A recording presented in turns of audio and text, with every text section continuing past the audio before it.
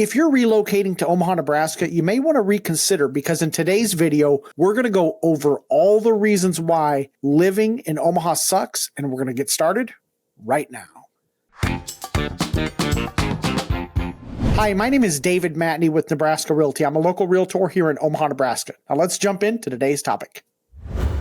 The number one reason living in Omaha, Nebraska sucks is going to be because of the weather. In the winter, it's cold, and in the summer, it's hot and humid. Now, the city does a pretty good job of clearing the streets. Now, in the winter, before a storm, they pre-treat the streets with a brine solution. Now, this is going to be hard on your car, and you'll see in many older vehicles in the Omaha area, there's a lot of rust on the vehicles. And the other thing that happens is the streets go through a series of freezing and melting. And what that does is that leads to potholes. A garage is a must because you'll need somewhere to store your car overnight. Otherwise, you're going to be scraping the windows in the morning and your car is going to be bone cold.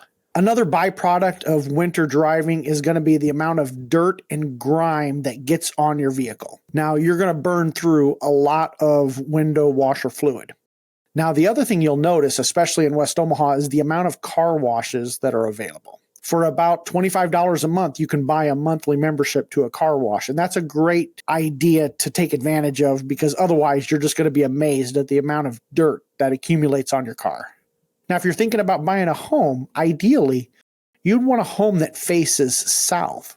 So if you have a home that faces south, in the wintertime, the sun is going to melt the driveway faster.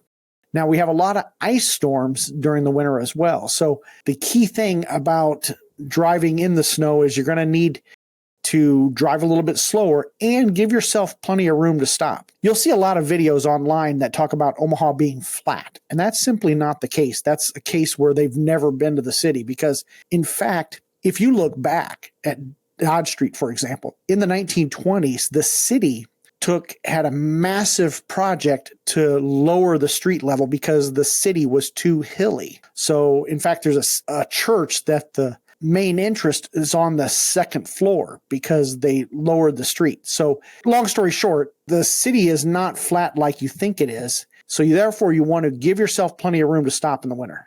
Now, we're still talking about the weather, and in the summer, it's hot and it's humid.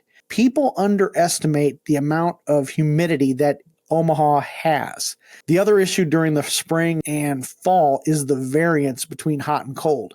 One day you're going to have temperatures in the 70s, maybe low 80s, and the next day, a couple days later, it can get as low in the 30s or 20s. So that's kind of rough to get used to. We have thunderstorms in the spring and in the summer, and that occasionally leads to tornadoes. And we're not immune to flooding either. And we'll occasionally have some pretty incredible flash floods that can do a tremendous amount of damage, and it can come out of nowhere. So you want to be aware of that. And the other byproduct of thunderstorms is going to be the hail. And it's going to be very tough on your vehicle. Another reason why you'd like to have a garage, and it's tough on your asphalt shingles. Now, make sure if you're buying a home that you want to have a roofer or have the home inspector inspect the roof for prior hail damage. And that's another drawback of the thunderstorm activity is that our homeowners insurance policies are a little bit higher than the national average because of the amount of hail claims. Now, we do have all four seasons. In the fall, you want to make sure you keep your gutters clean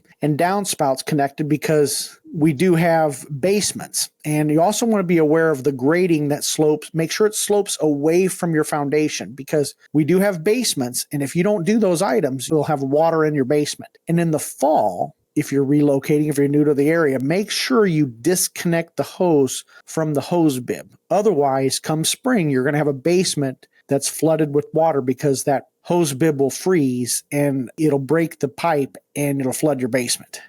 There's lots of weather issues, and the weather itself make Omaha a miserable place to live. The second reason why Omaha sucks is because of our property taxes. Our property taxes are high. Now, one of the benefits of living in Omaha is that we have some great school districts. Now, the downside to these great schools is that somebody has to pay for these great schools. Now, make sure you take into account property taxes when you're moving to Omaha, Nebraska. Property taxes are usually between 2 to 3% of the assessed value of the property. And I did a video on our property taxes, and I'll leave a link to the card above. We're not done with taxes. We also have a state income tax. The city has a sales tax, and the DMV has all sorts of different fees in order to license your car when you relocate to Omaha, Nebraska. The third reason why Omaha sucks is the amount of road construction that is always in progress. The winter generates a lot of potholes, which adds to the poor conditions to our roads. I might get some grief for this, but all things considered, I think the city does a pretty good job of taking care of the potholes, considering the amount of potholes we do have. All right, number 4 is going to be no professional sports teams.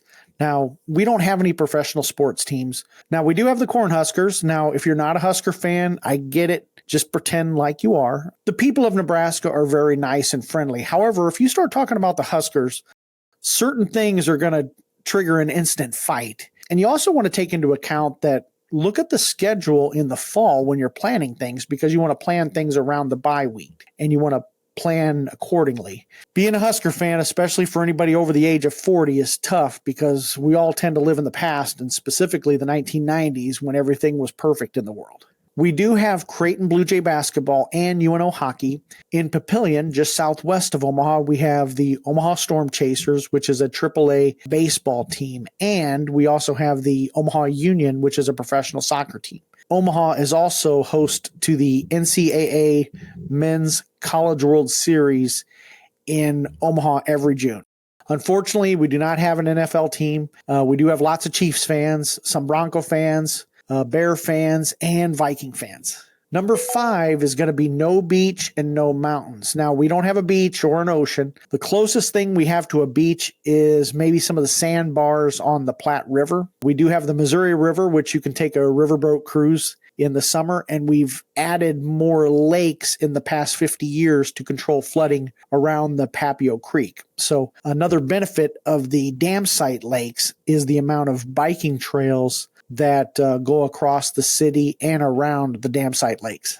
The mountains of Colorado are about 10 hours away. Now, we do have the Los Hills in Iowa, and we actually do have some snow skiing at Mount Crescent in Iowa if you really do want to snow ski. Now, during the winter, they do make their own snow, but it's nothing like Colorado. But the ocean is a 3-hour flight from Epley Airfield.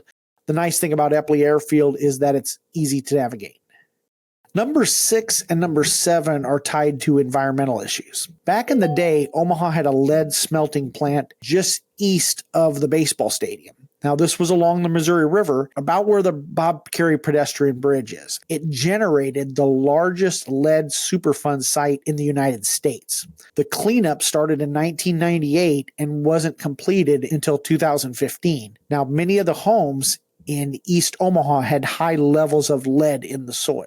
Number 7 is going to be radon. Radon is a cancer-causing natural radioactive gas that you can't see, smell, or taste. If present in your home, it may pose a danger to you and your family's health. Radon is the leading cause of lung cancer among non-smokers and claims about 20,000 lives per year. If you're moving to Omaha, you can have your home tested for radon. The test is going to set you back about $200, and if radon levels are elevated, which is 4.0 picocuries per liter, you can have a radon mitigation system installed, which will set you back somewhere between $1,200 to $1,800, depending on your basement. Now, with some basements, it could be significantly more than that, but you want to talk to a radon contractor.